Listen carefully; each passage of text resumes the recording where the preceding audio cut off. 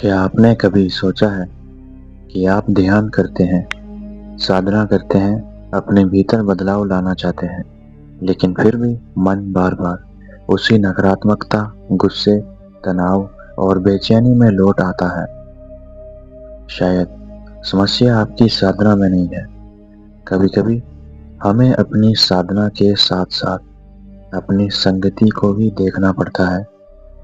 आध्यात्मिक परंपरा में संगति को बहुत महत्व दिया गया है, क्योंकि इंसान सिर्फ अपने विचारों से नहीं बनता, बल्कि वह अपने आसपास के वातावरण से भी प्रभावित होता है।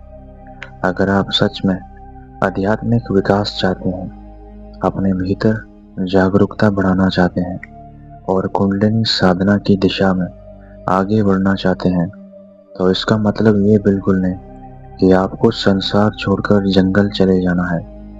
नहीं, आप परिवार में रह सकते हैं, अपना काम कर सकते हैं, दोस्तों के साथ रह सकते हैं, सामान्य जीवन जी सकते हैं, लेकिन एक चीज पर ध्यान देना जरूरी है।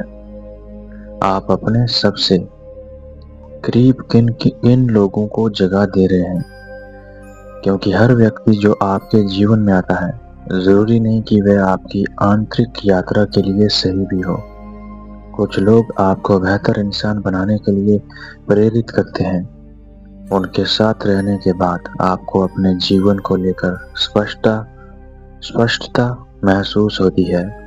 आपके अंदर अच्छे विचार आते हैं। आप अपने लक्ष्य और साधना को लेकर गंभीर होते हैं। लेकिन कुछ संगत ऐसी भी होती है जो धीरे धीरे आपको आपकी ही दिशा से दूर ले जाती है।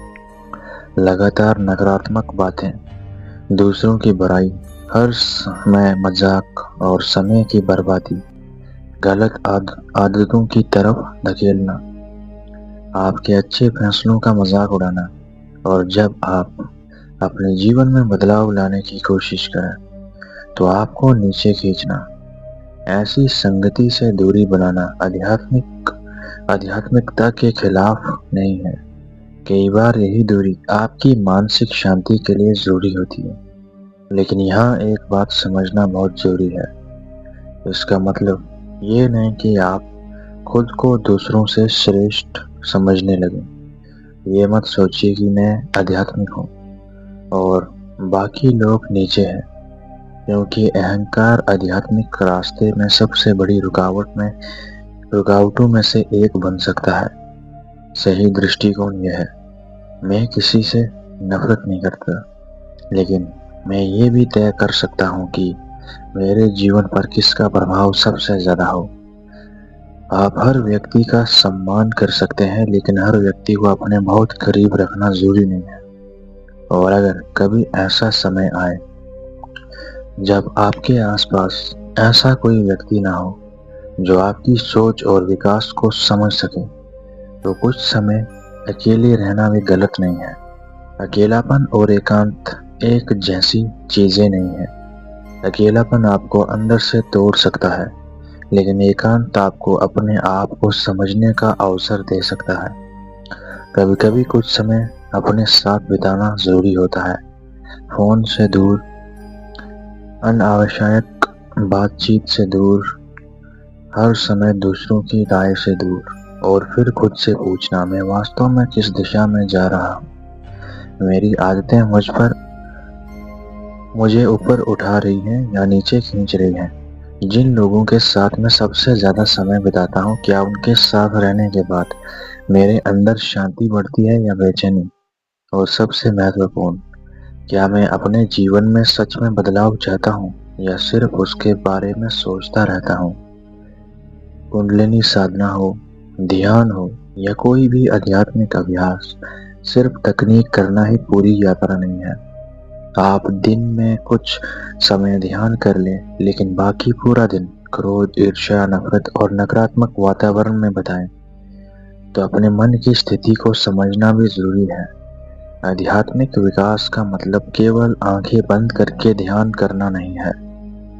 यह इस बात को देखना भी है कि आंखें खोलने के बाद आप कैसे जी रहे हैं, आप किस तरह के विचारों को अपने अंदर जगह दे रहे हैं, किस तरह के लोगों की बातें लगातार सुन रहे हैं, किन आदतों को बार बार दोहरा रहे हैं और किन चीजों को जानते हुए भी छोड़ नहीं पा रहे। इसलिए अगर आप अपनी आध्यात्मिक यात्रा पर आगे बढ़ना चाहते हैं तो एक छोटा सा प्रयोग कीजिए। अपने आसपास के लोगों को जज मत कीजिए, बस उन्हें ऑब्जर्व कीजिए। देखिए कि कौन आपको आपके बेहतर रूप की तरफ ले जाता है और कौन बार बार आपको आपकी पुरानी आदतों में वापस खींचता है। जो लोग आपको सम्मान देते हैं, आपके अच्छे बदलाव को समझते हैं और आपको अपने जीवन में बेहतर बनने के लिए प्रेरित करते हैं, उनके साथ समय बिताइए। और जो लोग लगातार आपको नुकसान पहुंचाने वाली आदतों की तरफ ले जाते हैं, उनसे स्वस्थ दूरी बनाना सीखिए। किसी से नफरत करने की जरूरत नहीं, किसी को बदलने की जरूरत नहीं, बस अपनी सीमाएं तय करनी है। क्योंकि आध्यात्मिक यात्रा में कभी कभी सबसे बड़ा त्याग संसार में का नहीं, सबसे बड़ा त्याग होता है उन आदतों का, उन सोचों का और उन संगतियों का जिन्हें हम जानते हुए भी पकड़ रहते हैं। याद रखिए, आपको दुनिया छोड़ने की जरूरत नहीं है। आपको बस ये समझना है कि दुनिया के बीच रहते हुए आपके भीतर क्या बढ़ रहा है, शांति या अशांति, जागरूकता या अंधी आदतें, प्रेम या नफरत, अनुशासन या लापरवाही। यही असली सवाल है। और शायद आध्यात्मिक यात्रा की शुरुआत भी यहीं से होती है, जब इंसान दूसरों को बदलने के बजाय पहले ये देखना शुरू करता है कि उसके अपने जीवन में क्या बदलने की जरूरत है। क्योंकि बाहर की संगति बदलने से पहले भीतर की संगति को समझना जरूरी है। और जब भीतर जागरूकता बढ़ती है, तब इंसान खुद पहचानने लगता है कौन उसे जीवन में प्रकाश बढ़ा रहा है और कौन उसे फिर उसी अंधेरे की तरफ ले जा रहा है जहां से वह निकलना चाहता था। आज की वीडियो में बस इतना ही, और आपकी इस बारे में क्या राय है कमेंट सेक्शन में जरूर बताइएगा। मिलता हूँ न्यू वीडियो में एक और न्यू रहस्यमय टॉपिक के साथ। और इस YouTube चैनल को सब्सक्राइब करना ना भूलें, क्योंकि ये चैनल आप सब लोगों का भी है।